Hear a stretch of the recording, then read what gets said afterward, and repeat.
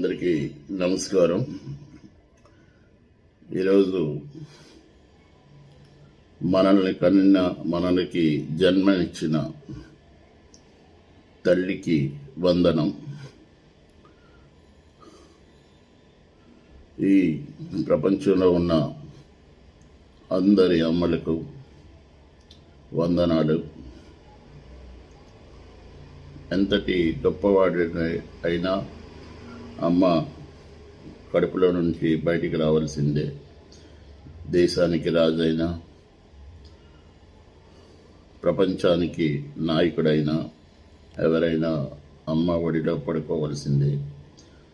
అమ్మ పాల స్పర్శతో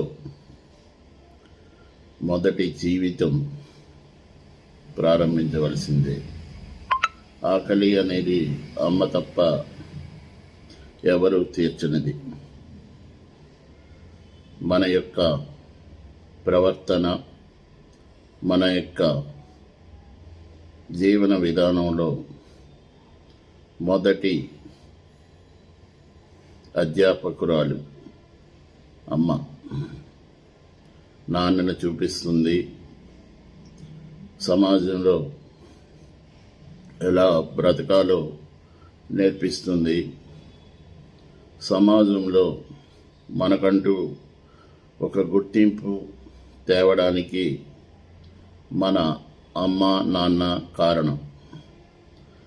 అమ్మ ప్రవర్తనలతో మనం ముందుకు వేస్తే నాన్న మనకి అన్నీ నేర్పిస్తాడు. అమ్మ ప్రతిదీ మన కోసం నాన్నకు చెప్పి మనకి ఒక మార్గదర్శకురాలిగా ఉంటుంది. ప్రపంచంలో ఎందరినో పూజిస్తారు, కానీ దేవుడు అనే పూజకు ముందు అమ్మని పూజించే ప్రతి ఒక్కరూ గొప్పవారే అవుతారు. అమ్మా నాన్నల్ని చూసుకోవడం మన బాధ్యత. మన బాధ్యతని విస్మరించిన రోజు మనం లేము.